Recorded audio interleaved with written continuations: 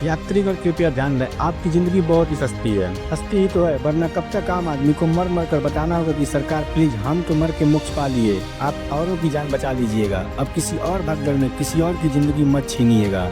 यात्रीगण कृपया ध्यान दें।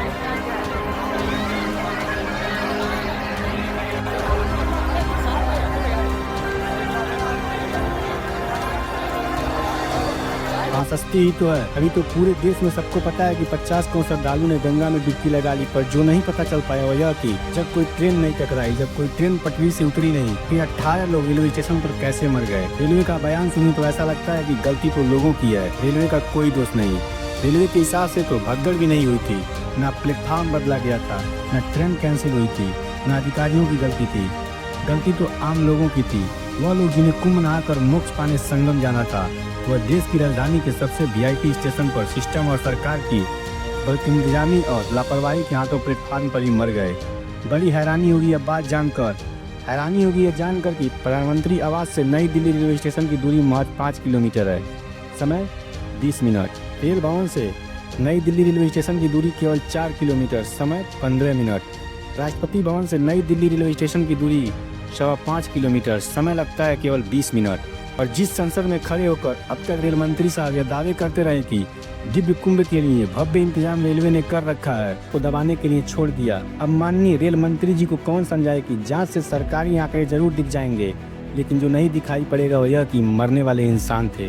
वह किसी के बाप थे, किसी के भाई थे, किसी के माता पिता थे, किसी के बेटे थे, किसी की बेटी थी, किसी के परिवार की आखिरी निशानी तो किसी के जिंदगी की पूरी कहानी थे।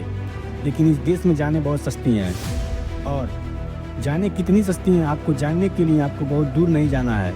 इसी सदी में देख लीजिए, 2003 में नासिक कुंभ होता है, दर्जनों लोगों की जाने जाती हैं। आम जनता को लगता है कि शायद सरकार आगे से बचा लेगी। 2010 में हरिद्वार में कुंभ होता है, भगदड़ में 10 लोगों की जाने जाती हैं। सबने सोचा कि आगे देश में सरकारें संभाल लेंगी। 2013 यही प्रयागराज, तब नाम इलाहाबाद था, कुंभ का मौका था। रेलवे स्टेशन पर भगदड़ होती है, 43 की मौत हो जाती है। जनता का जान जाने का नंबर 10 साल दर बढ़ता रहा, लेकिन आम आदमी की जान बचाने की सरकार ने न नीयत बदली न नीत। साल आया 2025, 144 साल वाला प्रचार जबरदस्त तरीके से किया गया।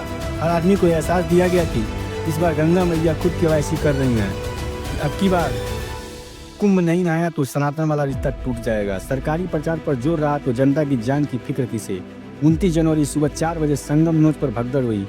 सरकारी आंकड़े 30 मौत को कहता है, गैर सरकारी दावे न जाने कितनी मौतें मासूम होती है। जनता ने फिर यकीन की, जनता को लगा कि अब तो भगदड़ से सरकार मरने नहीं देगी। लेकिन फिर 15 जनवरी शनिवार रात 8:30 बजे देश की राजधानी नई दिल्ली रेलवे स्टेशन और रेलवे मंत्री साहब के नाक के नीचे का रेलवे स्टेशन, कुंभ जाने के लिए ठसाठस भावना लिए खड़ी जनता, और फिर वही भगदड़।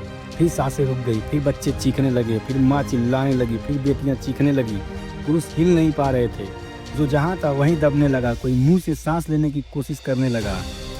कुछ लोग दिल को दबाकर फिर धड़कन लाने में जुट गए, और पीछे से इन सब की आवाज़ आती रही, यात्रीगण कृपया ध्यान दें, कुंभ स्पेशल ट्रेन प्लेटफॉर्म संख्या फलाने पर आने वाली है। कुछ भी हो सकता है। यह कैसे यकीन दिलाएं खुद को, और यह कैसे ना पूछें कि कैसे यह संभव है कि हर दिन जब सबको पता है कि करोड़ों की भीड़ प्रयागराज जा रही है, तब रेलवे ने दिल्ली से जाने वाली ट्रेन की तैयारी नहीं की। यह हर बात षड्यंत्र साजिश कर टाला नहीं जा सकता। सरकार कह रही है जांच कमेटी बैठाएंगे, जितनी बड़ी ट्रेजेडी उतनी बड़ी जांच कमेटी बैठाएगी। रिपोर्ट पोस्टमार्टम का भी आएगा। पोस्टमार्टम की रिपोर्ट आएगी, जानते हैं क्या लिखा होगा? लिखा होगा दम घुटने से मौत। पोस्टमार्टम रिपोर्ट में शायद यह भी लिखा होगा कि कुछ लोगों के सिर में चोट लगने से मौत। पोस्टमार्टम रिपोर्ट में लिखा होगा कि सांस की वजह से कुछ लोगों की मौत।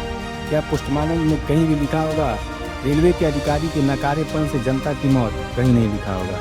हजारों लोगों को संभालने के लिए जितने इंतजाम होने चाहिए थे, नहीं थे, कहीं नहीं लिखा होगा। हर घंटे 1500 जनरल टिकट काटकर जनता को बस इसी तरह स्पेशल ट्रेन का प्रचार उसके टॉयलेट में बैठा कर भेजने का इंतजार। क्या वाकई में इस बात पर यकीन कर लिया जाए कि रेलवे को अंदाजा नहीं था कि स्टेशन पर कितने लोग जुट रहे हैं? और अगर अंदाजा था तो जवाबदेही किसकी, जिम्मेदारी किसकी? क्या तारीफ लूटने वाले जिम्मेदारी भी रखेंगे, या फिर जांच रिपोर्ट के नाम पर ठंडा पानी कुछ दिन बाद डालकर आज के सुलझते सवालों पर भी डाल दिया जाएगा? फिर किसी भगदड़ में आम आदमी की मौत का इंतजार होगा। सवाल यह भी कि आम आदमी की मौत दुनिया में सबसे बड़ी लोकतांत्रिक देश में इतनी सस्ती क्यों? सोचिएगा जरूर। जय हिंद, जय भारत, नमस्कार।